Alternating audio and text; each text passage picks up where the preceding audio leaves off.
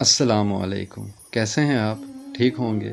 آج کی ہماری ویڈیو کا جو ٹاپک ہے کہ جو انبیاء کرام یا ان کی زوجات پہ جو مشکلات آئی، اگر وہ ہم پر آئیں تو کیا ہم اتنا صبر کر سکتے ہیں یا ہم ان کی زندگی سے کیا سبق حاصل کر سکتے ہیں؟ بے شک ہم ان جیسا صبر تو نہیں کر سکتے، لیکن ان جیسی زندگی گزارنے کی کوشش کر سکتے ہیں۔ تو آئیے اپنی ویڈیو کی طرف آتے ہیں۔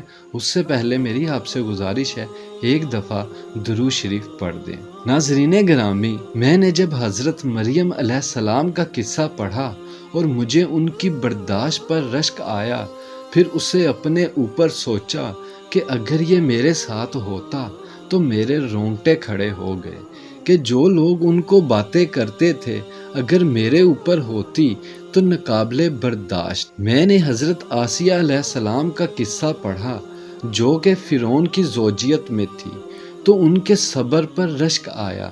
اگر آج ہماری کسی بہن کا شوہر انہیں کچھ کہہ دے تو آسمان بول بول کر سر پر اٹھا لیتی ہیں۔ حضرت ابراہیم علیہ السلام کی پیدائش ہی بت تراش کے گھر ہوئی، گھر سے نکالے گئے۔ اپنا باپ ہی بیٹے کو جلانے کے لیے لکڑیاں اٹھا اٹھا کر لاتا تھا، لیکن امتحان میں کامیاب ہوئے تو ویران بیابان میں اکلوتی اولاد کو چھوڑا۔ اللہ اکبر! پھر قربانی دینے کا حکم۔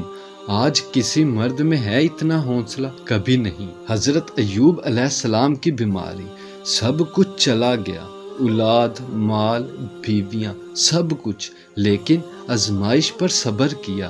آج ہے کسی میں اتنا صبر؟ بالکل نہیں۔ حضرت یوسف علیہ السلام کو بچپن میں ان کے والد سے بھائیوں نے دور کر کے کنویں میں پھینکا، پھر غلام کے طور پر قیمت لگائی گئی، قید کاٹی، لیکن صبر کیا۔ اور آج اگر ایسا کسی کے ساتھ ہو تو شکوہ شروع کہ اللہ جل میرے ساتھ ہی ایسا کیوں؟ رسول صلی اللہ علیہ وآلہ وسلم نے یتیمی میں آنکھ کھولی، پھر ماں بھی چھوڑ گئی اور مختلف آزمائشوں سے گزرتے نبوت کے مقام تک پہنچے۔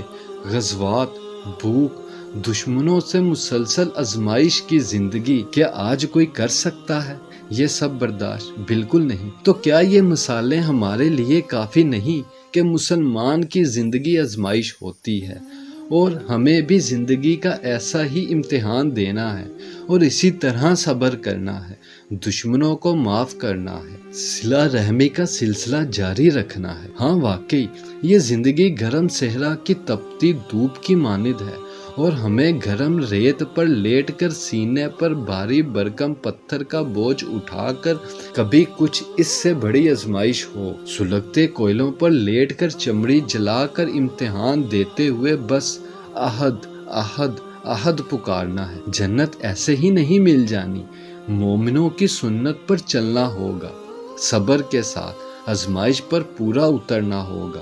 سورۃ البقرہ آیت نمبر 155۔ وَلَنَبْلُوَنَّكُمْ بِشَيْءٍ مِّنَ الْخَوْفِ وَالْجُوعِ وَنَقْصٍ مِّنَ الْأَمْوَالِ وَالْأَنفُسِ وَالثَّمَرَاتِ وَبَشِّرِ الصَّابِرِينَ۔ ترجمہ: اور ہم کسی نہ کسی طرح تمہاری آزمائش ضرور کریں گے، دشمن کے ڈر سے، بھوک پیاس سے، مال و جان اور پھلوں کی کمی سے، اور ان صبر کرنے والوں کو خوشخبری دے دیجئے، اللہ جل تعالیٰ مشکلات، تکالیف، پریشانیوں اور آفات میں آپ کا، میرا اور سب کا حامی و ناصر ہو، آمین یا رب العالمین۔ میری ویڈیو کو اینڈ تک دیکھنے کا شکریہ۔